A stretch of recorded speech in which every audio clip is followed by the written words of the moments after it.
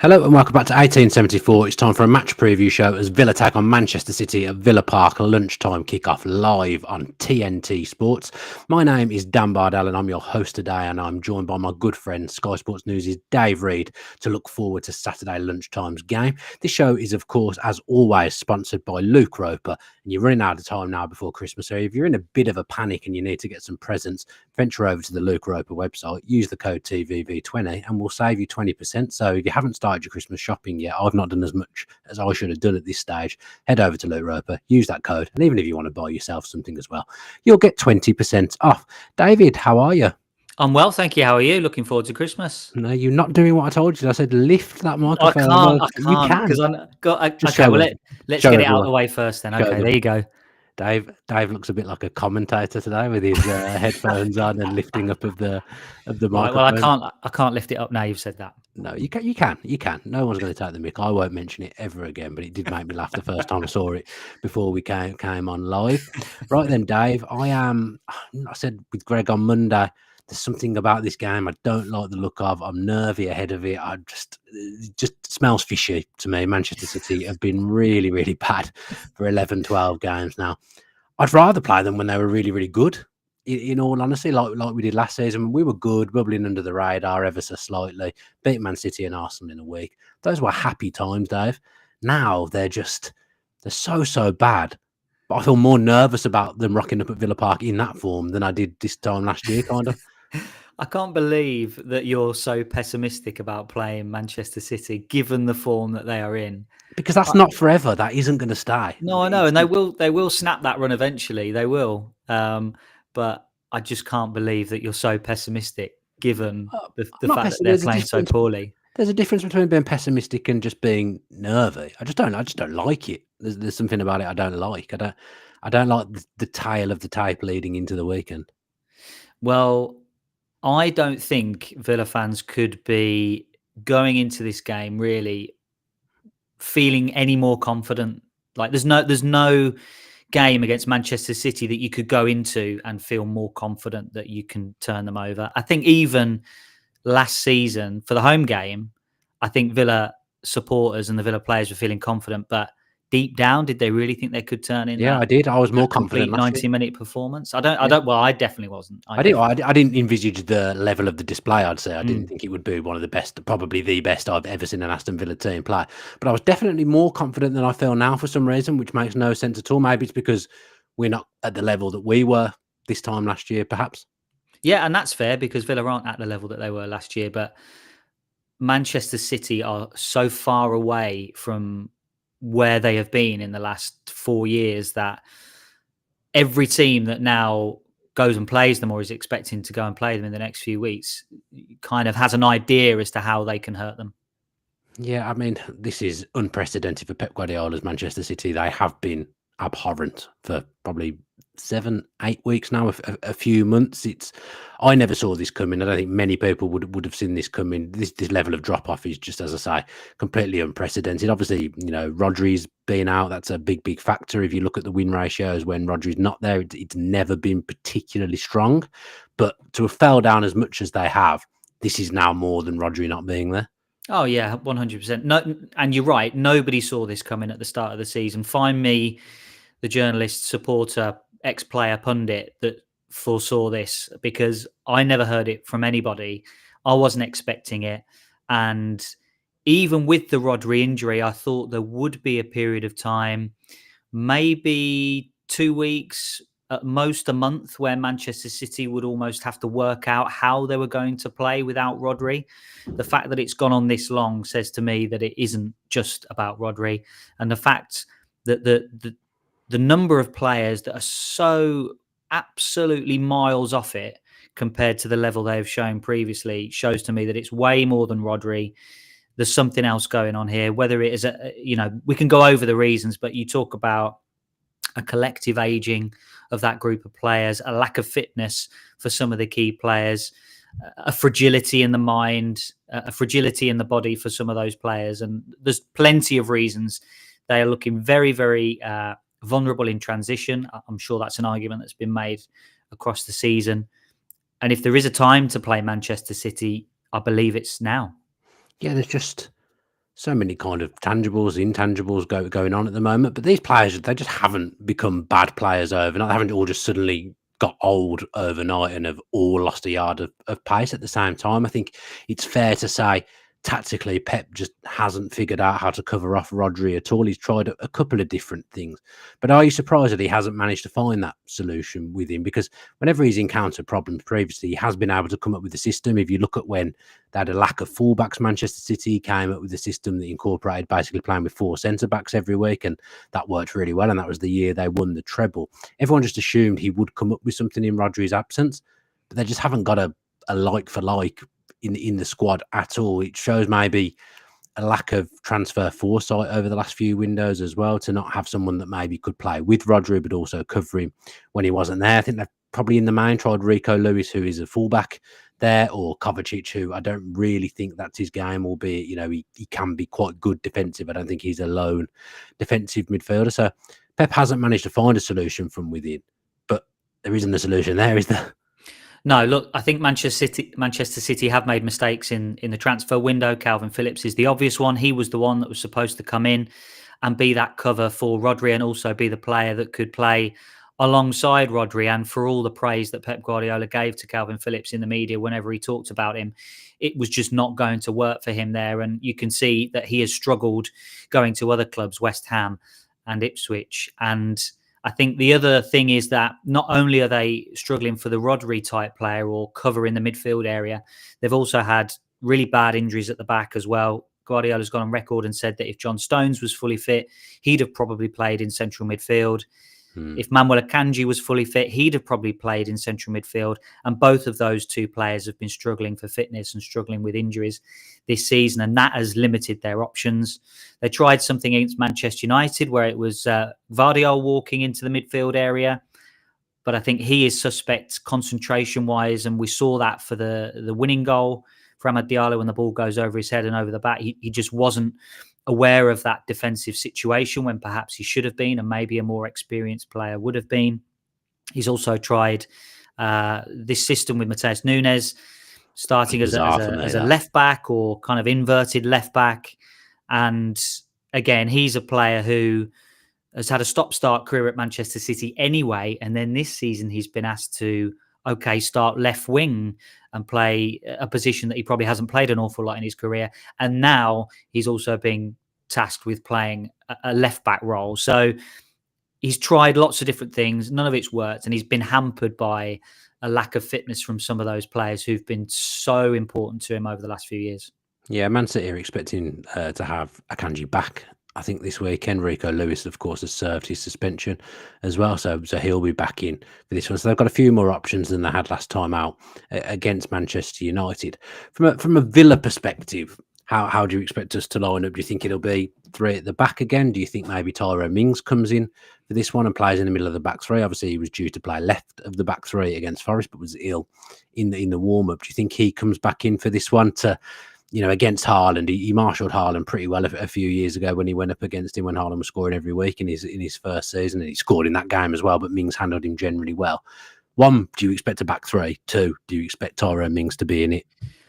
I think yes and yes. We saw in the Manchester derby last week, Erling Haaland was, whenever Manchester City had the opportunity to cross the ball in, he was trying to move and pull onto Lisandro Martinez at the back post. There is the obvious height difference between the two, and I think Erling Haaland would back himself physically against Lisandro Martinez. You would expect, if it's Pau Torres and Konsa or Diego Carlos, if it's a back 4, that he would try and pull onto Pau Torres, given the fact is that aerially, Pau Torres, that's not his strong suit. So yes, I believe it will be a back 3 for Aston Villa against Manchester City. And also Tyrone Mings, you would suspect, would come in and have the job of physically matching up against Erling Haaland. I say that, but obviously, these are the games actually that Diego Carlos has performed pretty well in, and I'm sure Emery will be aware of that himself. So maybe it's not quite as simple as Mings coming in for this one. No, you're right. I think certainly, and I've said it before on here, where Diego Carlos really likes it when he can get his hands on a striker and he can feel the striker and he can get right up close behind him. I feel like that's when Diego Carlos is at his best. He likes to get in a bit of a scrap with a centre forward. It's difficult for Diego Carlos when he gets isolated, either in wide areas or when players are turning and running at him, that's when he struggles. But when it's a big physical forward and he knows he can get tight, he knows he's not going to get spun, although Haaland has the ability to spin and run in behind given the pace that he's got. But I think he likes that kind of physical profile of a striker to play up against. Yeah, I'm loving this. This is the spirit from Brian Kavanagh. This is what we need after my slight negativity at the start of the show. Most of our poor form has been away from home. Only lost to Arsenal at Villa Park. Fancy it this weekend. Love that, Brian. I like that, Dave.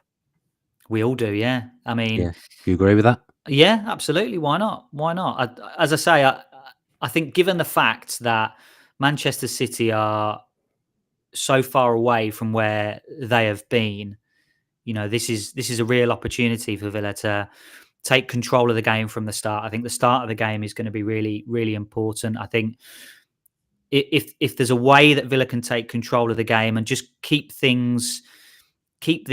kind of anxiousness and the anxiety within that Manchester City team, you feel like there is an opportunity for Villa to take advantage early in the game. Yeah, I mean, for all I'm loving Brian Kavanagh, on the other side of the coin, we do have Adam Wright in the chat. Grealish not scoring for over a year is more of a worry than their general form. Would hate to see him score against us. I mean, he may not play. He does seem to have avoided this game like the plague. I know he's come off the bench a couple of times, but I don't think he started a game at Villa Park yet against us since he joined Man City. My memory could be doing me wrong here, doing me dirty. I haven't looked at that statistic. I don't think he has, and there'll always be someone in the chat that knows. Yeah. But I'm pretty sure he hasn't started a game at Villa Park. It is interesting, I think, that in the build-up to this game this week, given City's poor form, I've seen a lot of comps going around of the Villa Grealish. Oh, majestic. And I just find that quite interesting in the build-up to this game that people are asking about that version of Grealish and perhaps the 2.0 version at Manchester City. Given, I feel like it becomes more of a talking point when Manchester City aren't playing well, the Grealish situation at Manchester City. Yeah, I watched that compilation that went round. Absolute joy to watch. He was in that because of COVID year, wasn't it? His last year, so we didn't actually get to see it in the flesh. But every week, tuning in on the telly to watch Villa during COVID, you just knew you'd see some magic from Grealish every single time he was fit, and he delivered that season. He really, really did. Some of his numbers were absolutely out of this world. And yeah, I hate seeing him struggle at Man City. I want him to do well, and obviously there's a lot of chatter around him going into this game, but we don't know whether it's actually a game that he will start. Last season's match winner Leon Bailey not available for this one. We don't think. Dave Emery hasn't done his press conference at the time of us doing this live show, but he did say a few weeks when he was initially injured. Would be great to have him to choose from, but bearing in mind our new formation, even if he is fit, I wouldn't expect to see him from the start. Maybe an option from the bench at best. Yeah, I think so. I think Villa will continue with the setup that they've put out in the last couple of weeks, and I think Leon Bailey, I don't think he would be risked from the start, even if he tells the manager, "Look, I'm fully fit and ready to contribute." I think it would be unwise to probably start him on Saturday, and he provides a very different option from the bench, and the players that come on and finish the game are absolutely vital. And we saw maybe that there was a lack of impact from substitutes last week against Nottingham Forest. So I think it's been reinforced this week that the players that are coming on have to be ready and have to be ready to contribute. Yeah, Declan Devlin saying here, a lot of our poor form has also been following a midweek Champions League games. So we had a free week this week, probably the first free week we've actually had for a long time. But we've found last season that when we had a week off, we kind of lacked rhythm. Whereas this season, you kind of get the feeling actually could be a good thing. I think that's a fair point to make. Yeah, I think look, Villa coped with the 2 games a week really well last season, and I think part of that was due to the fact that I think Villa felt like they could rotate a little bit in those midweek fixtures. Now, I'm not saying that half the team was still probably the first 11 or the strongest possible 11 in the midweek games, but I think there was at least 3 or 4 players that Emery felt like he could rotate in each of those games. This season, the obvious pointer is that Villa haven't coped as well with those midweek fixtures because the form at the weekend hasn't matched up to that. But I almost feel like you can put that down to the raised scrutiny being in the Champions League, the fact that it's the first 11 every time that Villa turn out in the Champions League, pretty much, and the level of opposition, despite what you say about young boys or whatever, that is a much higher level of opposition than Villa had faced, certainly in the early stages of the Conference League. Yeah, we didn't. Thing is, we didn't play badly last week, did we? Off the back of the Champions League, just a terrible end to the game where we let it get away from us completely. But generally, I thought our performance away from home at what's been a good team this season was pretty good. It's really hard to know what's gonna happen in this one, isn't it? I'm finding it increasingly worrying. This game, I'm getting more nervous as we're doing this show. There has been some good comments in the chat that try and like on the positive side of things, but it really does feel like a trip into the unknown. This Christmas period coming up now, without obviously having the extra games, the Champions League games, it's just back to back, wall to wall Premier League. I don't feel like I know how we will handle it, and I don't know why I feel like that. I feel like the whole Christmas period is, we've got some hard games. We've got City at home. Newcastle away is never a great hunting ground for Villa. Not won there since 2005. I don't think, when Kieran Dyer and Lee Bowie were having a scrap. And then Brighton at home on the 30th, we've got a great record against them. In fact, Brighton at home. In fact, Brighton toured has been a good team for Villa to play. But I don't know what I expect from this Christmas period. What are you expecting?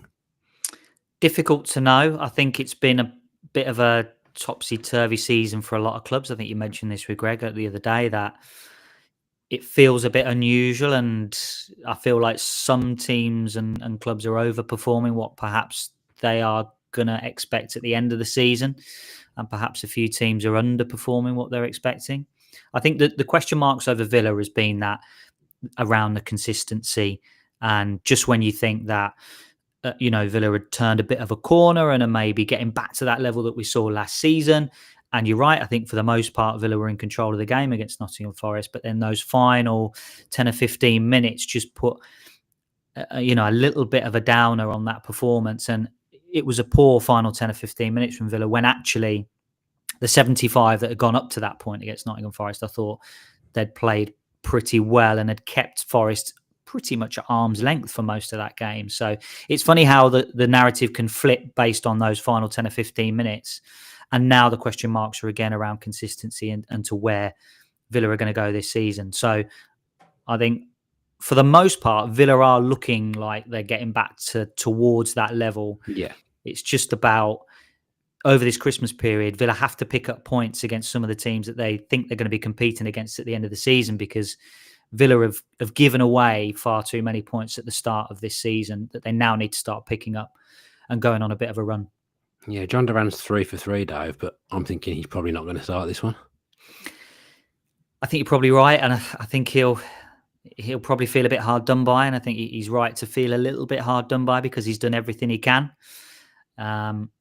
You just feel like there was a question mark over Watkins' fitness, wasn't there, against Nottingham Forest? And Emery talked about it pre-match that they weren't too sure how he was going to come up in the game against Forest. So it was almost the decision was made for him that Duran was going to play against Nottingham Forest. The question is now, if Watkins has had a full week training and he comes to the game on Saturday, now it's up to the manager to make that decision. And if Duran starts, it sends a really big message to the group. It sends a really big message to Ollie Watkins.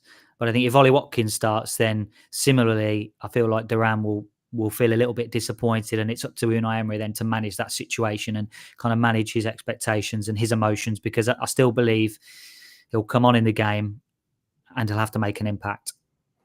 It's got to be Watkins, hasn't it? I feel set for Duran off the bench as well. Big game at Villa Park. That feels like the best combination and the best way of doing it to me. But then Kevin Jeans disagrees with me. He's saying Duran has to start a perfect game and a nightmare for their terrified defence.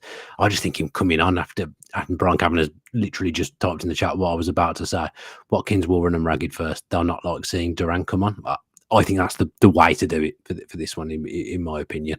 David Styles as well saying big weekend ruin vibes with the kickoff time on Saturday. Also, I do feel I'm influencing the chat with my behaviour so far in the show. But I would say the kickoff time was 5:30 last week, and that was serious weekend ruin vibes for me. So I don't think the kickoff time actually matters. Right then, Dave, we'll finish with our hot/freezing cold take. Can you remember what we said last week for Forest? I've got no. Oh, do you know what? I was actually close because a couple of people tweeted me after the game or during the game because I said 1-0 Duran, and we were almost at that point. Didn't I say Duran to score? Yeah, and I think I said 1-0 because you had Technically, I was hot. You were hot because I predicted the clean sheet as always. Oh, So you should were. I might predict the clean sheet again. I mean, if we're going to keep one, it's probably against Manchester City. In fairness, because that seems to be what we do against it's a Champions League team, isn't it? So essentially, that is what we do. If you can't, come on, Dave, I've had a bit of variety. Come on, give me 0-0. something. No, that is spicy, but I'm not sure you believe that. I'm not sure you're believing it. Neither of these teams can keep a clean sheet at the moment, so it would be a shock to see it be 0-0. 1-0. Let's go 1-0 Villa then, shall we? 1-0 Villa again. Goal scorer. Do you want a goal scorer? Yeah. Let's go John McGinn. Having felt quite negative for the whole show, I'm going to go positive. I'm going to say, what shall I do? I'm going to go Villa to be 0-0 at half time, but Villa to win 2-0. That's my prediction. So 0-0 at half time, Villa to win 2-0. How I've got the audacity to say that after the way I've behaved on the show is beyond me. But I have got the audacity to say it, and that's what I'm going to do. Let's go with that then. Right then, Dave, I'll let you go. Busy day for you, I'm sure. So I'll let you get off. We're meeting each other on Sunday as well, aren't we? An in-person meet. These things don't happen very often. We are, yeah. Looking forward to it. Yeah. Going to a lovely breakfast emporium on Sunday morning, Dave and Mrs. Dave and Mrs. Dan as well. So looking forward to that one. For those that are going to Villa Park, I look forward to seeing you all Saturday morning bright and early, because I have to get there so early to get parked because of my dad. But looking forward to seeing as many of you as I normally do. Love having a chat with people, so do say hello if you see me. Be back on Monday, or might even be Sunday, don't know yet, with Greg looking back at the Manchester City game. If you're watching via YouTube, subscribe to the channel with your post notifications on, leave a comment, give a like, do all the things that I bang on about every single week. And via audio, if you could leave a review and leave a comment as well, because you can do that on Spotify now, then please do that. That really, really helps us. Apple Podcast is the one, though. If you could leave us a review on there, 5-star review, and leave some nice comments as well, that would be appreciated. Watch out on Sunday as well. The Claret and Blue Christmas special, which I appear in, will be on myself, Max Stokes, Dan Rollington, Ty Bracey, James Rushton, and John Townley, with Matt Kendrick hosting, went up against each other for a Christmas quiz, a team of 3 and a team of 3. Absolutely crazy day. I would urge you all to watch it. The trailer is on my social media, so log on to my socials and have a look at that. I keep thinking the game's tomorrow because I keep thinking it's Friday, but it's not. The game's on Saturday, isn't it? It's Thursday today. So everyone, I hope you have a great Thursday night, a great Friday, and I'll see you at Villa Park on Saturday morning. As always, up